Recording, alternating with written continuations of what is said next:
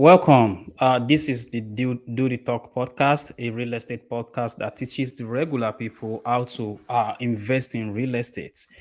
I am your host, Hamed Lawal, and my co host is Ibrahim Ojenide.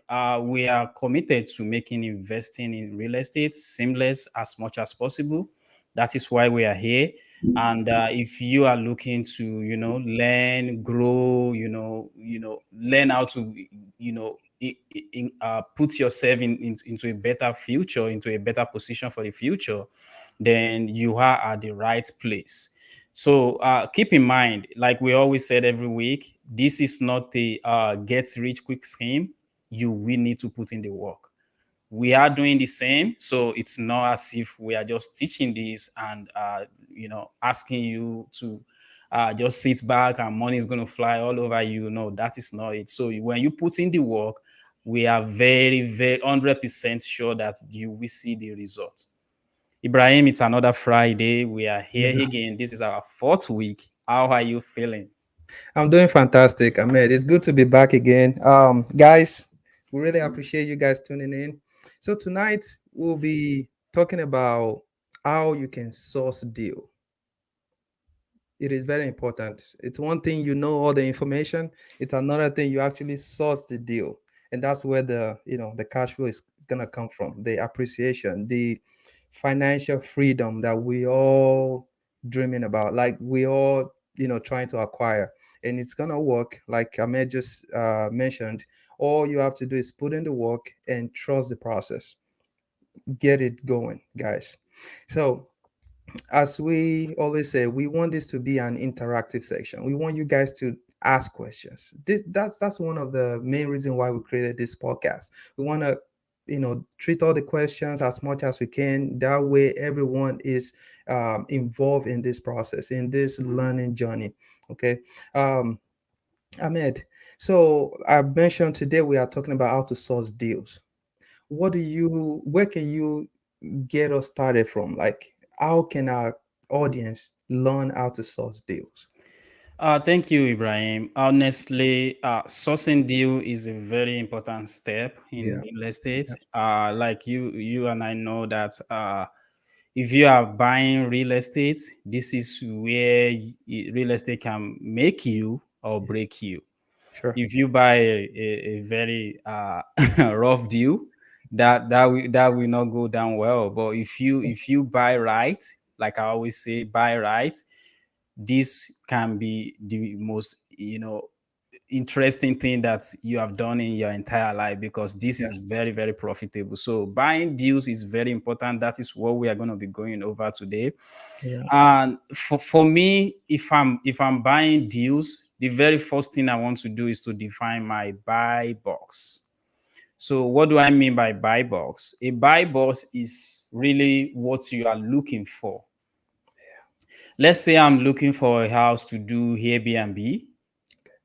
Now I need to look for a good location, because I know the guest I will be, hosting in that area needs to be in a safe environment. I'm going to be looking for, clean house, a house I can furnish up, and the beauty is going to come out. Or a creative house.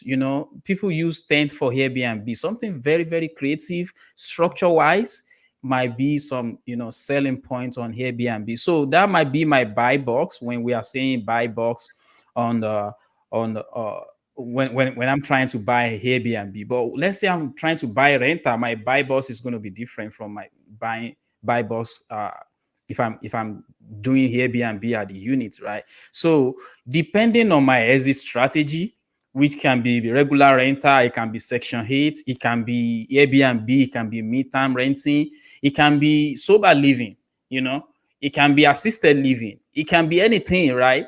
So all this exit strategy will define what my buy box is. But typically, a regular renter buy box is going to be very simple. So I will be looking at, the square footage that I'm looking for.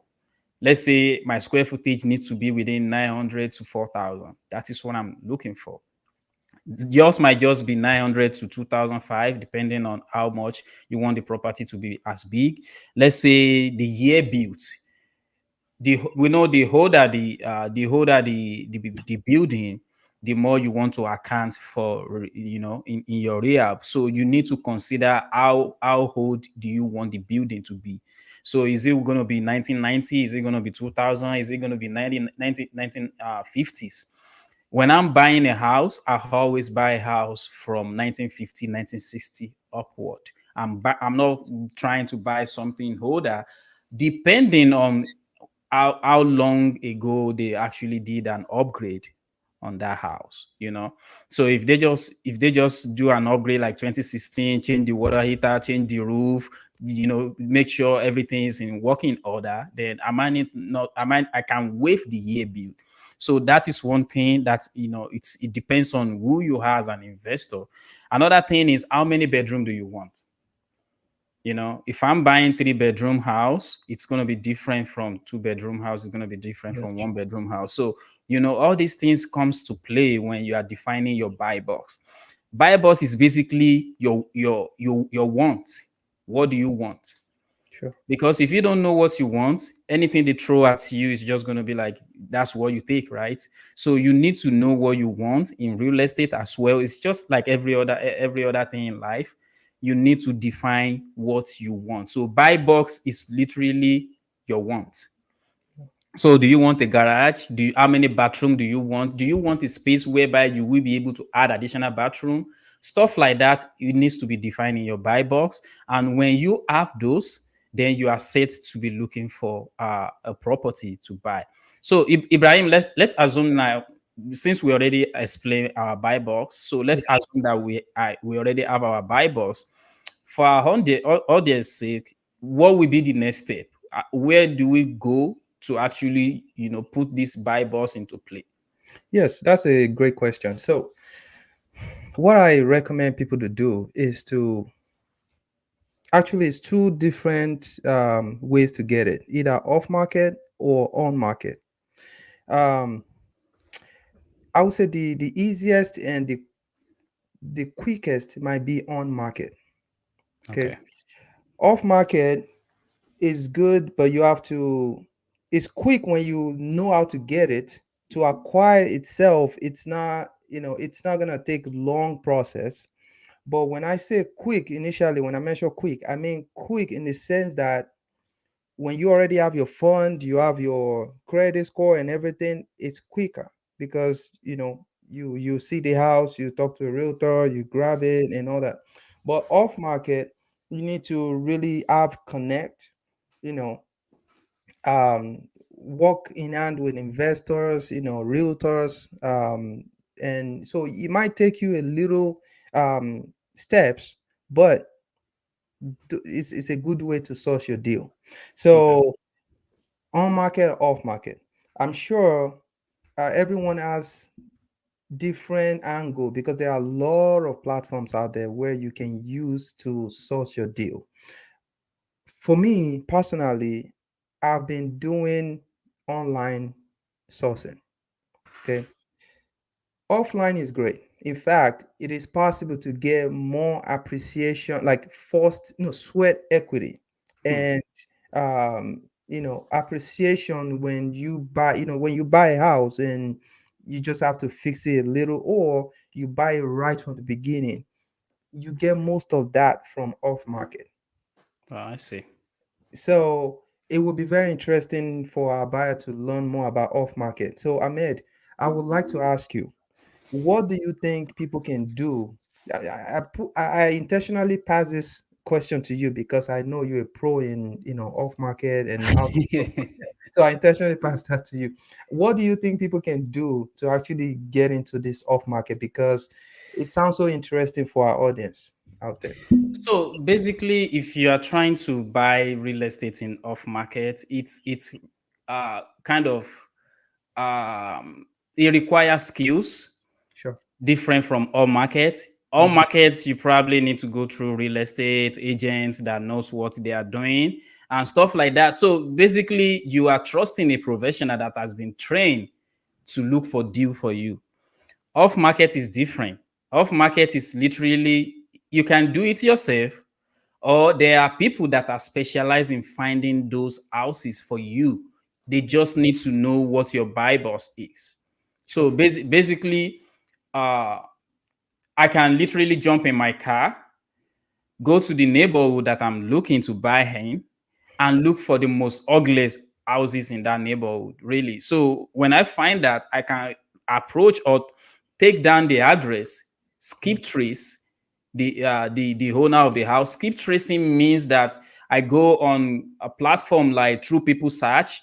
Then if I put in their address, it's going to give me their phone number, their email, all their details, their names. So I can now take that information and call them like, hey, Mr. Seller, I see, are you the owner of so property on so street? I am looking to buy property in that area.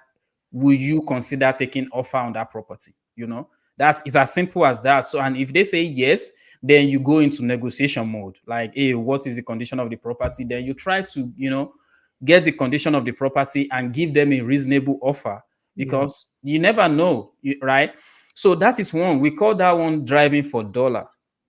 So basically, you just jump in your car and you drive around and look for ugly property that you want to buy that you can actually add value to. Yeah. So you add value to it, you bring the ARV back up, then from there you can, build in equity. We call it first equity in real estate. So basically, you can do that, which is driving for dollar. Another thing basically is trusting professionals that are skilled in looking for this. Yeah. So just like you go out in your car, you're looking for a distressed property. There are three main distress that we are targeting in real estate as an investor. One is market distress. The other one is personal distress. And the third one is property distress. Okay. The first one, market distress, is like what happened in 2008 stroke 2012-ish, right? It happens a little bit around last year to this year, but it looks like the interest rate is covering it right now and it's coming back down little by little. So things like that is what I'm referring to as market distress. So whereby people want to sell their house, but for the economy that is for the economy at the time, they are not able to sell their house. Yeah. So that is market distress. The personal distress is, people have financial situation in their life. People are going through divorce, people that are in foreclosures, people that just, lost their job. People like that have personal distress going on in their life, and you can go to them and approach them like, hey, I'm interested in buying your property. Are you interested in taking offer? More than likely, they're going to say yes, because they are in financial distress. Yeah. The third one is property distress. So property distress is, let's say you are driving by and you see that one side of the house is collapsing already and someone is still living in that house. That tells you that that person doesn't have the fund to repair the house, or they don't want to do it. So you can just approach them like, hey, I know, Mr. Seller, you don't want to fix this house up. How about I take that, take that responsibility and, pay you this so amount? Would that be okay? And they can say yes. A lot of time they will say yes, So those these experts that I mentioned in off-market area, we call them wholesalers. Wholesalers. Yeah, so wholesalers already know what they are looking for. A lot of wholesalers depend on personal distress. That is what they are looking for. That is why you see people going after probate list, after divorce list, after foreclosures list. So they go after personal distress. So they can find this deal for you and assign the contract that they get from that seller to you for a fee. Yeah. So instead of you driving around aimlessly, not knowing where you're actually going, they can find, they can find this property for you, and you pay them a certain fee. I just bought a house, you and I are aware of, and I pay an assignment fee on that house. I am an wholesaler myself, but I don't find that property. Someone else find it, they introduce it to me, and I'm like, okay, I think I like this. I want to invest in this. Then we reach an agreement. They make their fee. If you are an investor, you need to build a relationship whereby everybody around you are making money. You will Yeah, be like, oh, why are you charging me 3,000, 4,000, 10,000? I've seen people make 100,000 assignment fee. that's good.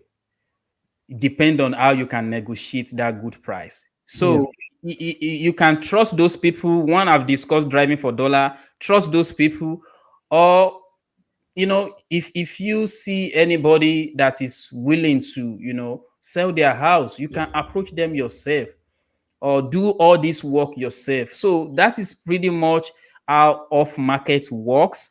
Off market is the same as on market, just that it hasn't gone or been listed on MLS, and maybe a lot of this property doesn't even qualify for financing. So Yeah. there's no reason why to list them on MLS, because Yes. yeah, you might not get a financing for it anyway. So that is why we have off market and on market. I don't know. Do I answer your question? Oh yeah, you did. So in our audience, I'm sure they like how you break it down and everything. So I mentioned sweat equity. I would like to go back and really explain what that is real quick before I move forward. So sweat equity is like when you buy a distressed property and you fix it up. In most cases, when you fix it up, the ARV, if you do your assignment, the ARV will be more than what you have paid for the repair and the purchase price. So when you have the purchase price with the repair cost altogether should be less than the after repair value. And the difference is called sweat equity. The reason why it's called sweat equity is because you actually did some work to bring the house to life. So for example, you bought a house of 100,000, you fix it for 35,000. The house after repair value is estimated to be 200,000. So technically you spend 135, or you spend 50,000 repair, 100,000 purchase price, everything 150. But the after repair value is 200. So you have 50,000 sweat equity. Okay, so that one is different from the regular equity because this one you actually work to get it. You fix the house, you spend your time and energy on it. So that is sweat equity. Now I want to also talk to our audience about classes, because when we talk about this investment and everything, it's good to really show them why some people, because we know everybody cash flow is different, everybody return on investment is different, and some people are wondering why, oh, my friend in Brownsburg, he got a big house, but he's only getting like $70 or $200 a month from the house without accounting for the maintenance fee.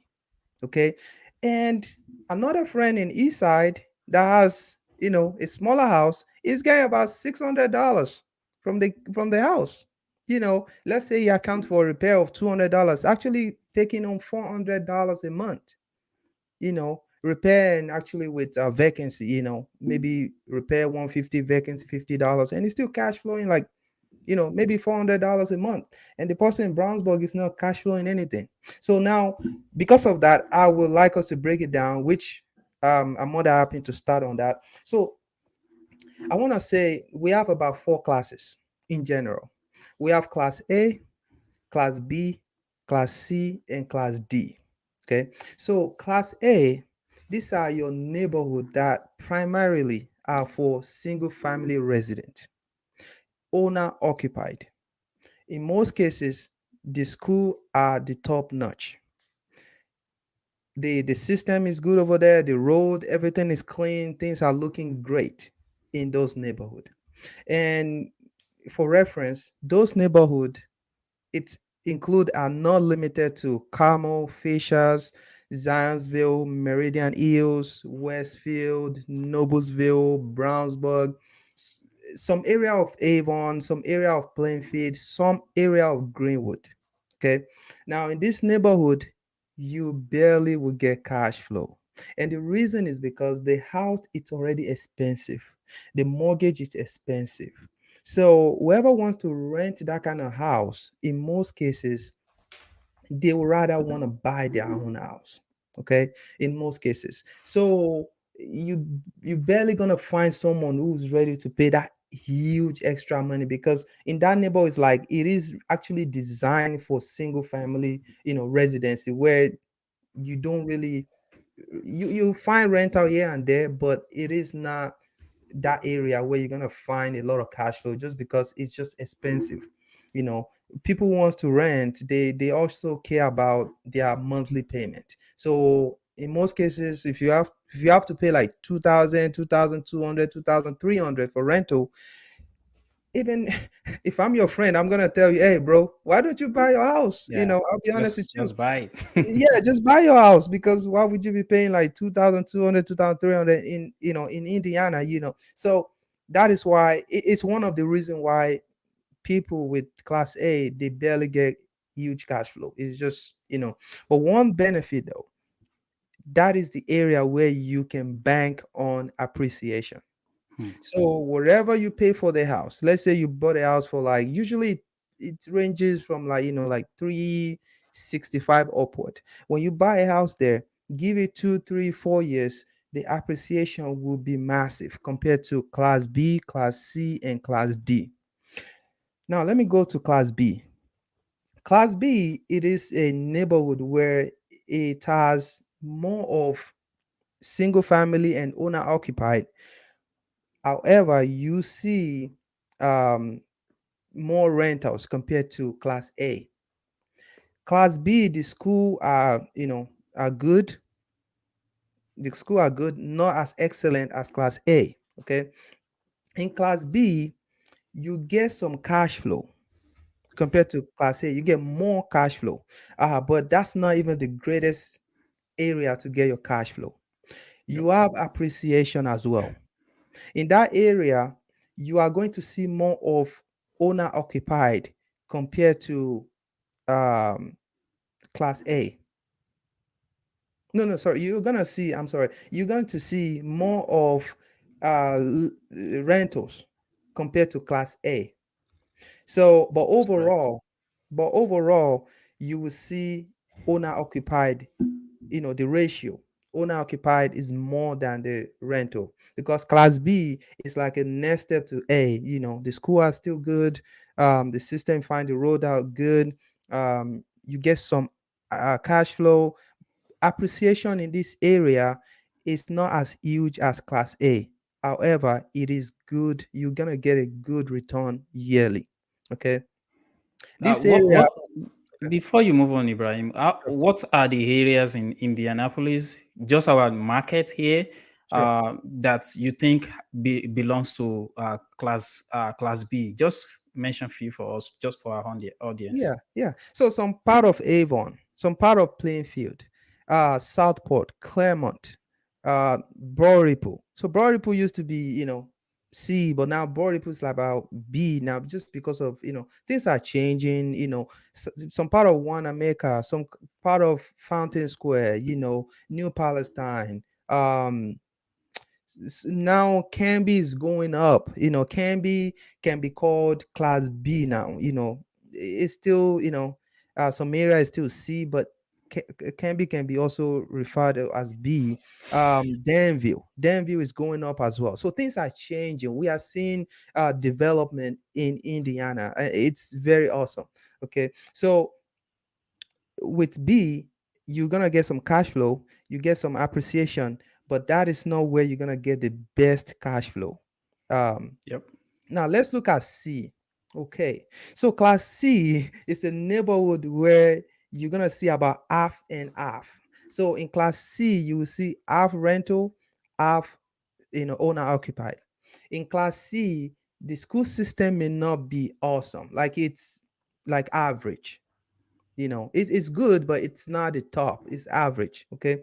um in that area, the appreciation is fair, the cash flow is good.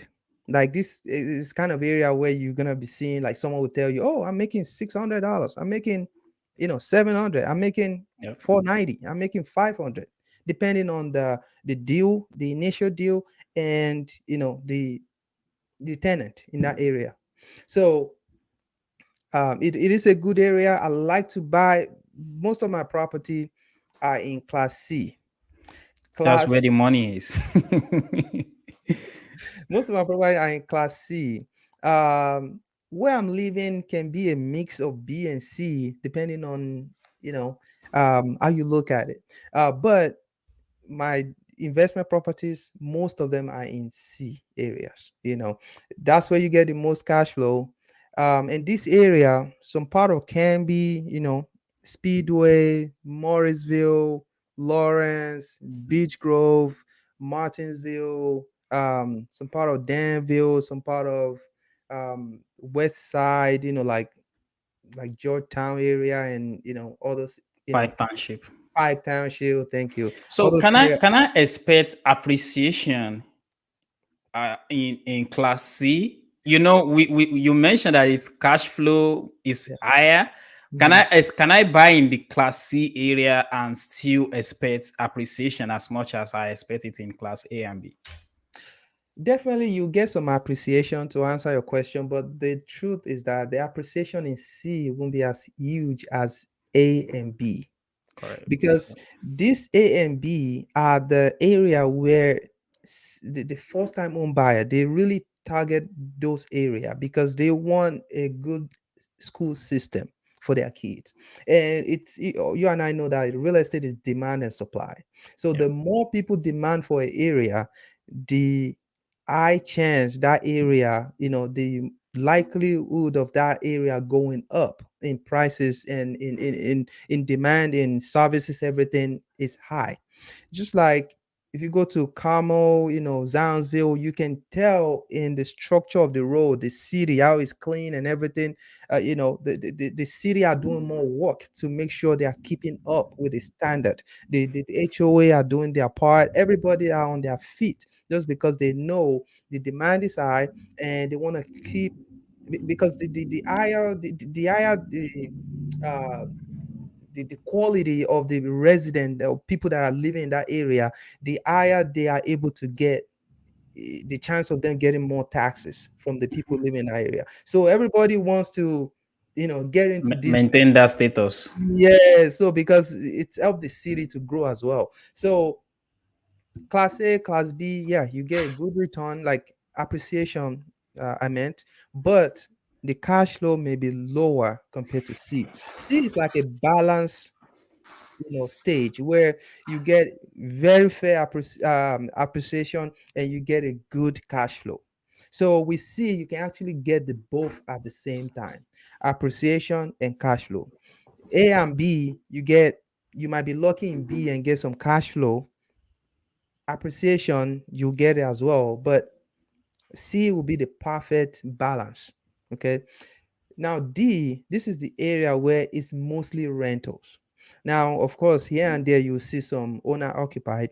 Um, but you can tell when you get into the neighborhood, like, grass is not being cut, the yard is a little messy, the street is dirty a little bit, vinyl siding is falling apart a little bit, you see a lot of houses being gated with like metal, and you see a lot of beware of dogs everywhere, and when the house is vacant, they can break into it, and Yep. all those. Yes. So Class D, you get to the awesome thing about Class D though, you get cash flow.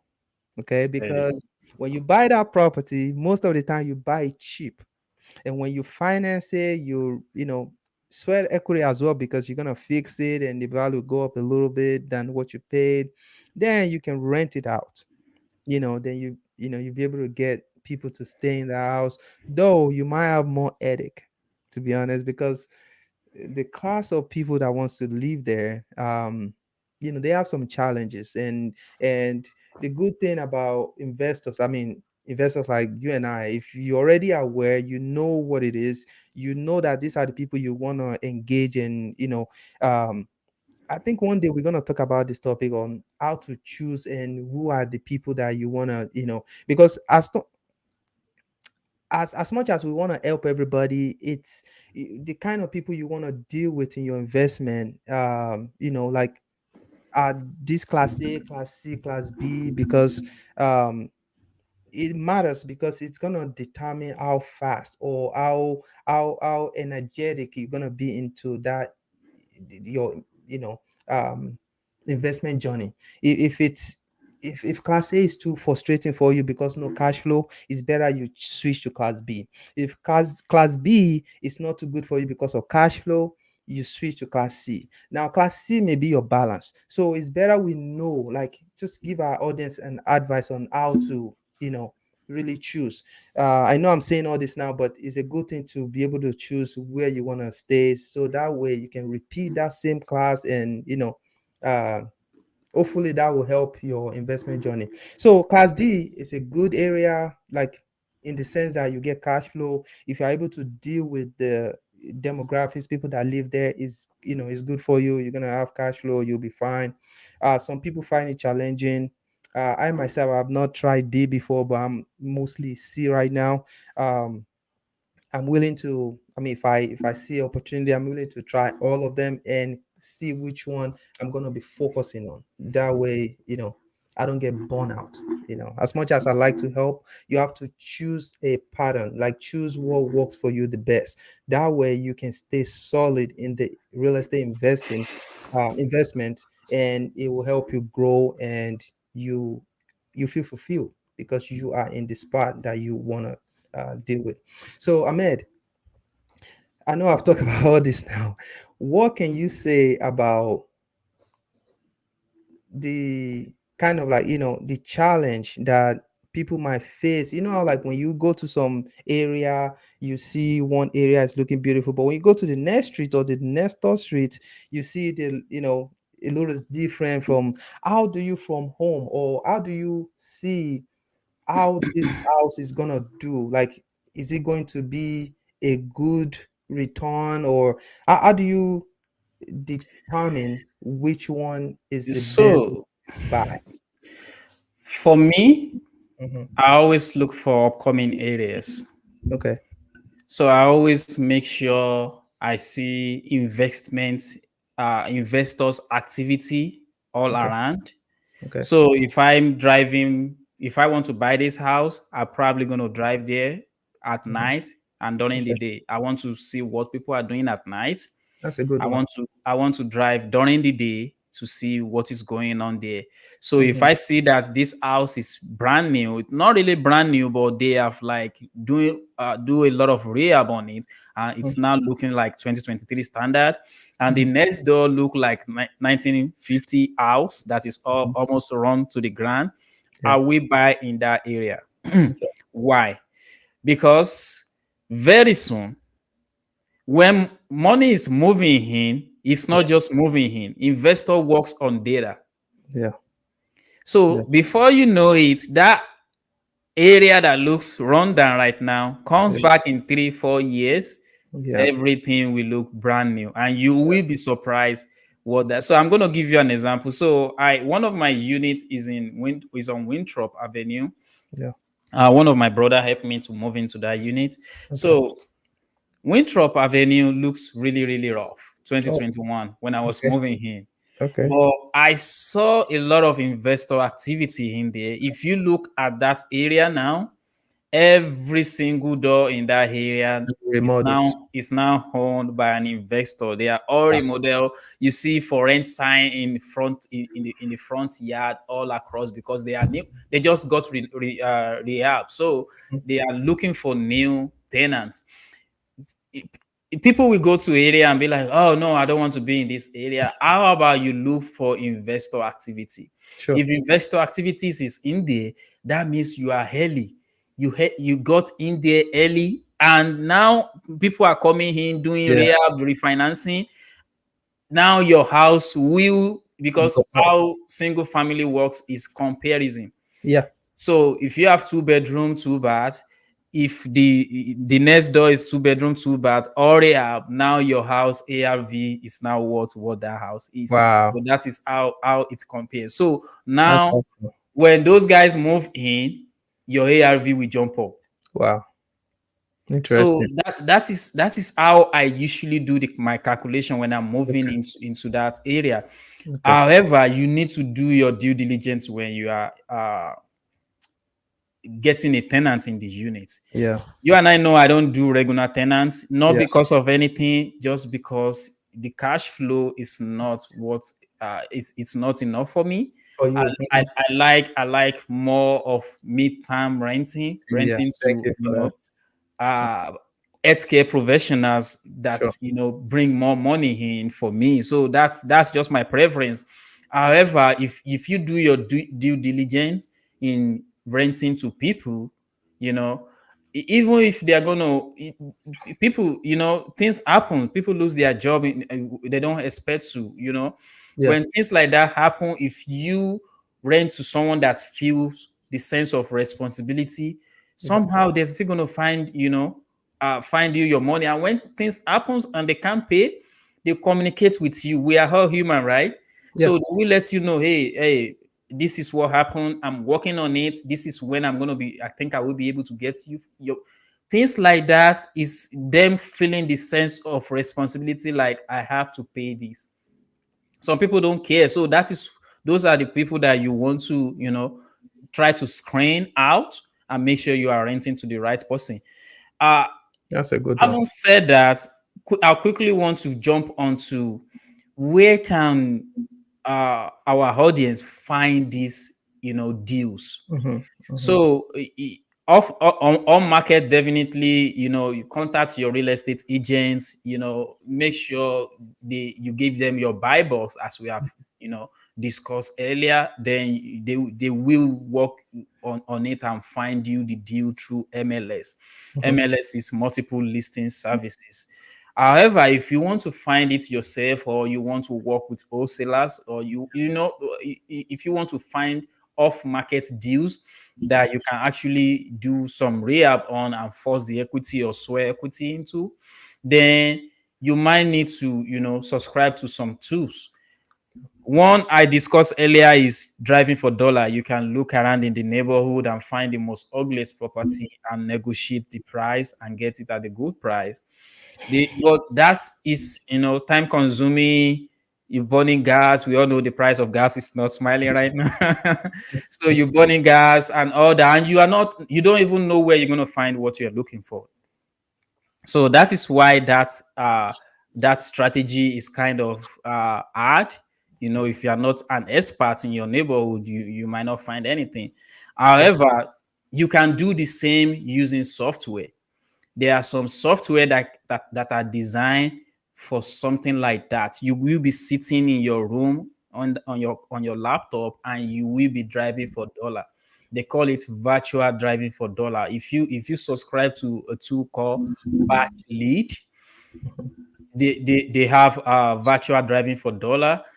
PopStream doesn't have virtual driving for dollar. Another tool is PopStream. It's different from Batch Lead. So PropStream doesn't have driving for dollar. However, you can pull a list on there, skip trace those lists on there, download those lists and put them in your dialer to call or to send them a text message like, hey, I'm an investor in your neighborhood. I'm looking to buy 2 bedroom, 3 bath. I see that you are the owner of this so property. Mm-hmm. Will you be willing to take offer on this property? That will span up a conversation. The worst case scenario is no, I'm not interested. We all probably have received one of these message in the past. I So received one today. So, bro, actually, I received three today. so basically, those are wholesaler looking for deals. When you reply to them, hey, I'm not interested. Oh, I'm interested. They might be following up in the next 3-4 months, depending on what their CRM is set up to do.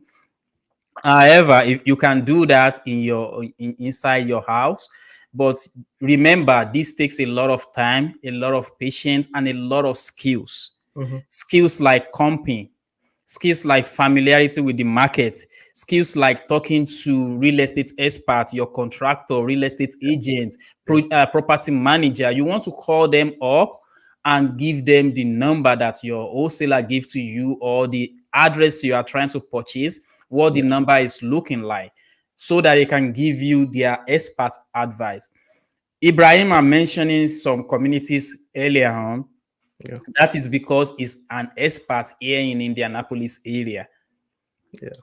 So he knows this community back and front. Like he know what they look like, what the standard is like, what the classes are like.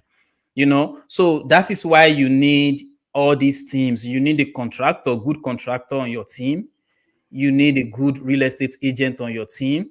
You need a loan officer, a good loan officer, the one that not going to be telling you no, the one that will actually work with you to solve your specific situation. Yes. Because real estate, at the end of the day, real estate is about solving problem. A lot of people see houses. I don't see houses. I see problem that I solved. Sure. So that is what real estate is about. If it is about houses and money, you're not going to last. I'm just going to say that. But you need to be able to solve people's problem. That is what we bring other people's to your way. And in return, you make a lot of money. That is what it is. So if you look at us and you're like, oh, these guys are real estate investors. No, we are problem solvers. Sure. We look at what everybody is running away from and we jump on it. That is what it is. So basically, if you are looking to find these deals, Zillow is a public aggregated data platform that you can look for deals on. 2 days ago, I found a deal. I was out to bid it. I told you about that yesterday. So I found a deal on Redfin.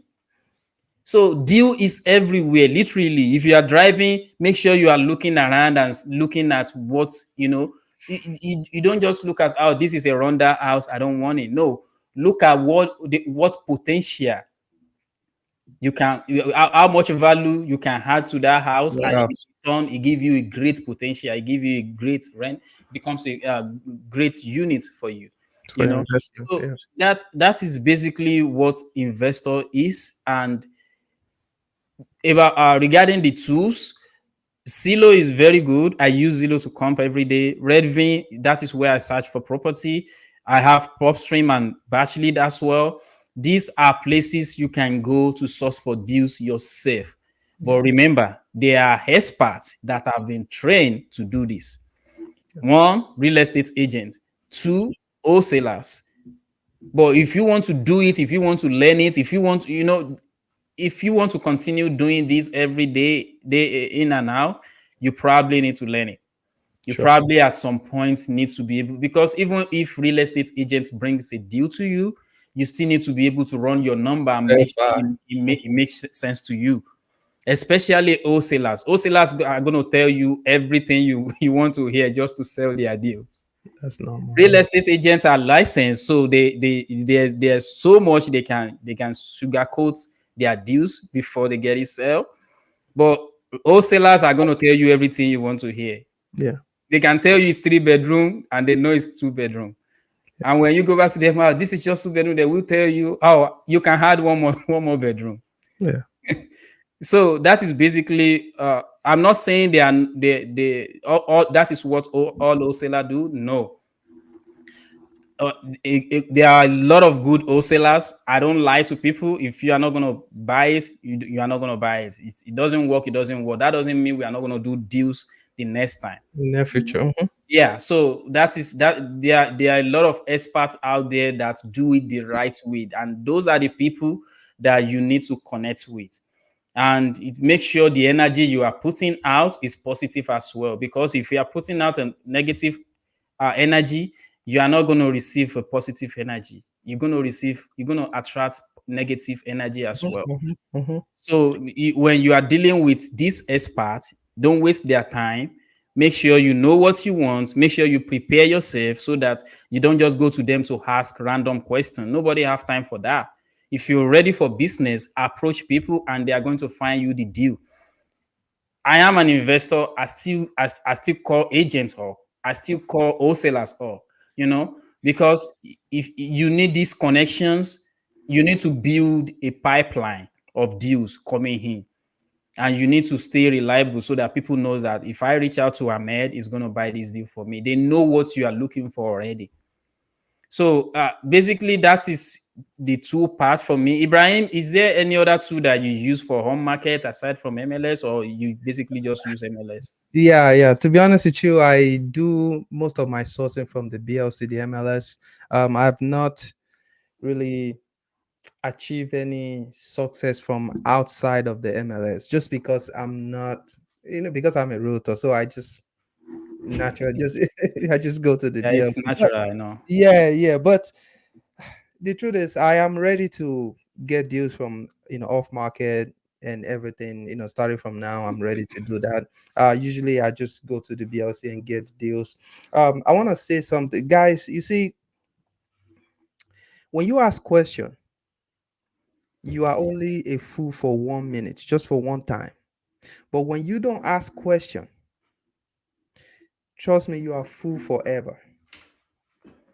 Because that 1 minute is just, whoever you ask will just feel, oh, okay, you don't need it. Okay, I'll tell you this. Okay, that's it. And that question you ask may change your life if that person who gave you the answer gave you the correct, and especially if that question relates to something that is a life changer to you and that person. Okay. Yep. But if you don't ask that question and you keep it to yourself because of you are shy, because of your ego, because of you are, for some reason, you feel like you don't have to ask that person and you let it go, but in the future you realize that you would have found out this information or know this process or get this done, but you didn't do it because you didn't ask. Trust me, you are a fool for a long time. But the goal of this podcast is to really tell you how you can do it, that way you don't regret or you don't feel like you have been fooled for a long time. Okay, so Ahmed have talked a lot of points. They have touched a lot of points rather. What I want to add to this is that there's no value in piling up information. No value in that. You have to go out there and practice what you have learned. We are not saying, okay, we are now a billionaire, millionaire, whatever. We have Lamborghini or that. No, we are just telling you that this process we have been trying it. We didn't start investing today. We have been trying it and it's working. Yeah, absolutely. Ahmed is an investor right there. He's making money from other people, not in a bad way, but using investment strategy, getting money, cash flow, from deals. Yep. And that's what investment does. I mean, investor does. You get money, you use other people's money to make money. It is legal, it is fine, that's normal. That's how you can grow. Okay. I am an investor as well.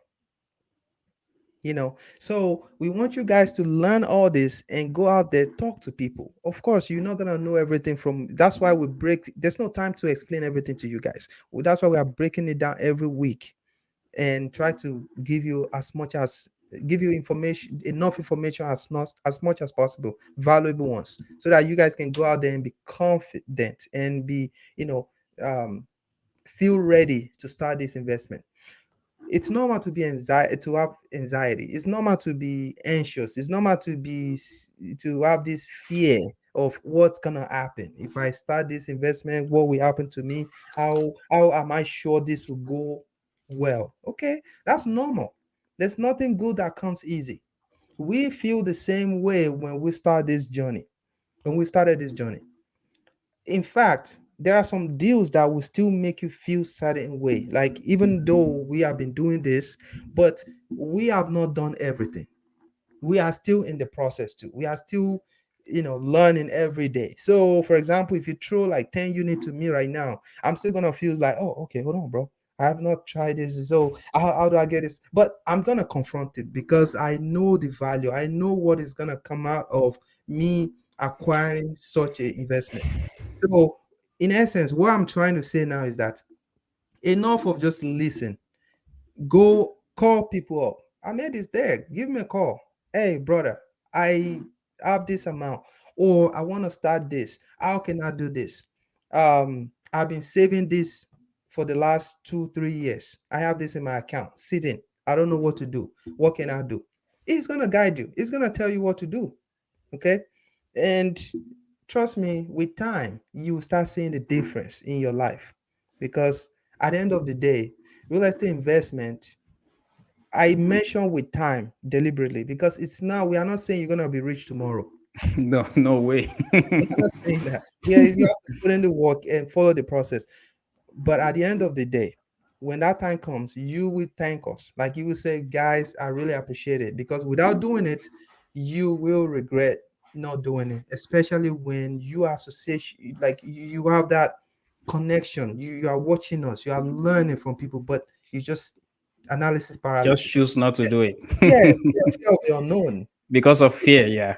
Okay, what about if you okay, you do it, okay, something happened, okay. When something happened, that makes you learn more. In fact, that empowers you.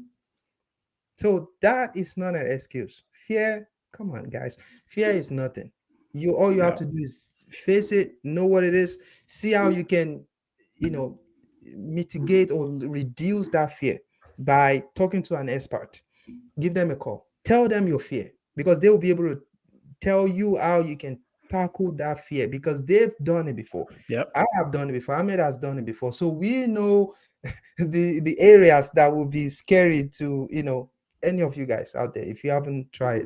So Ahmed, at this point, what are the things you think they have to do? Because at the end of the show, we always try to tell people what are the things they have to do in a summary. If let's say I have money in the bank, I'm the audience, I have money, I don't know what to do. What can I do? Just like we've discussed from the beginning of the show, the number one thing is to define your buy box. Sure. So your buy box basically is just what you want to buy, really. Mhm. There's 2 units, there's 3 units, there's single family, which is 1 unit, there's 4 units, there's 10 units, 500 unit apartments there. So what do you want to buy? Sure. Define your buy box, how old you want it to be, how many room do you want, what is the square footage of the house. Define all that.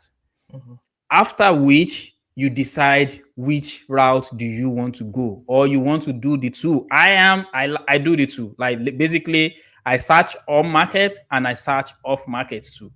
Good idea. Yeah, so I look for deals everywhere. I want to make sure I'm not missing anything. A lot of people will tell you a lot of investors, let me put that. A lot of investors are going to tell you there's no deals on the MLS. I disagree to that. There are deals. There are a lot of deals on the MLS. If you just don't rush yourself, don't think, oh, I've been searching for 3 months, I've not seen what I want to buy. Don't rush into any deals because that will kill it. Don't rush into deals. Make sure you analyze. Don't try to force the number. Yeah. If the number doesn't work, it doesn't work. I think, Ibrahim, we should talk about how to analyze deal next week. What do you think? That's a good idea. All right. So we're going to be talking about analyzing deal next week. So, but basically, don't force it. If it doesn't work, it doesn't work. Okay. Really. So If it for doesn't time's work, sake, good. oh yeah. So For time's sake, what can our audience do that would benefit you and them in this real estate investment? So basically, if they define their buy box and they are looking for that deal, they can reach out to me. They can reach out to you. I basically look for off market, but that doesn't mean I don't do on market. I do on market deals as well. So they can reach out. I can help them to find deal if that is what they are looking to. If they want to invest in any deal and they need experience, they can work with me. I'm going to hold your hand and walk you through all the steps that you need to, to get to the end of that, even to up to getting tenants into the unit. So Yeah. that is how much I can help with. But just to buttress the question you asked me earlier, I haven't answered that question. Define your buy box, determine if you are going on market or off market, and define the strategy you are going to use. So if you are going off market, you need a real estate agent because not everybody have access to MLS. Sure. Only real estate agent does. So you need to find a good real estate agent. Ibrahim is a real estate agent. I called Ibrahim a unicorn investor. Why do I call him a unicorn investor? Not every real estate agent invests in real estate. if you don't catch that the first time, let me say it one more time. Not every real estate agent invest in real estate. Sure. So you don't want to follow people that just talk and they don't they don't do what they're actually preaching. They talk. So if you go to real estate agent that doesn't invest in real estate, you're probably gonna be screwed. I'm not trying to put anybody on the spot, but Ibrahim do the job. That is why both of us can come up here and work together. So find a real estate agent or wholesaler, or do it yourself. You can go on PopStream, go on Zillow, go on Redfin. All these platform are public platform, and find the deal. But you don't know how to comp. That is why I advise you go through someone that knows how to do all these things. You don't know how to comp, you don't know how to negotiate, you don't know even if that deal is a good deal, if that area is going to work for what you want to use it for, which is your exit strategy. So those are the things that we have mentioned. You can go back and watch those area, and make sure you put in your honest money and close on the deal. So that is how you can work the deal from the beginning to the end. Which other question do you ask me? Oh yeah. So I just want to see how. So I think you've answered the question Okay. while you were talking about the other one. So we've talked. I've said that people need to take action. Call me, call Ahmed, call real estate professional. Make sure these people hold your hand and guide you throughout the process. We want you to be successful in this real estate investment. It is not an easy journey, to be honest. We are not here to lie to you or try to make you guys feel like you're gonna be rich tomorrow or anything. The fact is that when you follow the process and you do the job, which is go out there, source your deal, call for help, ask question, do the work, you will thank us later. And that is what we are all about. We are all about to provide value to our audience, to people out there. And because we are providing value does not mean we don't need value from you guys. I'm sure you have a family, you have a friend, you have a brother who has a house that he or she wants to sell. Okay. This person doesn't need the house to go on MLS just because of for some reason. For some, I may explain some reason. Not quite a long. Um, Call Ahmed. Okay. Maybe because of foreclosure, the house needs some work or this or that. It's okay. Give him a call. He's gonna tell you guys what he can do. And the truth is, it might not even buy the house. It might just secure, like get someone to buy it. Yep. We are not saying we're gonna buy every house when you send it to us. No, but we are saying we're gonna provide some value by trying to solve your problem. If he cannot solve the problem directly, he's gonna connect with someone who's gonna solve Yep. the problem. Yep. And that's what we are all about. Okay. So Ahmed, what do you have for our audience before we Yeah, really quickly. When you say connect, that's remind me something. So even connecting people is an avatar in real estate. What do I mean by avatar? Is a personality in real estate. yes. Some people, they have every connect. You don't want to talk to contractor, you don't want to talk to property manager, you don't want to talk. That is fine. There are some people, it might be real estate agents, it might be a loan officer. These people are on the forefront. There's no way you want to do deals that you will not go through these two people. I mean, sometimes you might be able to escape real estate agents. Sometimes if you are doing creative financing, but most of the transaction that is happening is going through these two people. So if you find a good one, they will be able to connect you all around and recommend people that can help you and make this seamless. And Ibrahim mentioned something earlier, fear. Don't let fear keep you on the sideline, that at the end of the day you will now be thinking, oh, I've missed out, I should have done this 10 years ago and stuff like that. Also, since we are talking about how to find a deal, the last thing I'm going to be leaving you guys with is trust but verify. Sure. Trust but verify. If someone is sending you a deal or say, hey, this thing is going to be cash flowing 500, you trust them for who they are, But make sure you do your due diligence and Yeah. make sure you run your numbers. Sure. Make sure this number makes sense to you as an investment before you jump into it. Because when you are buying, like I said earlier, buying can make you or break you. So on this note, Ibrahim, I think thank you for your Our time time. is up. Yep. Yeah, we need to run now. Thank you guys for joining today. We will see you Next week. next week. All right, guys. Bye bye.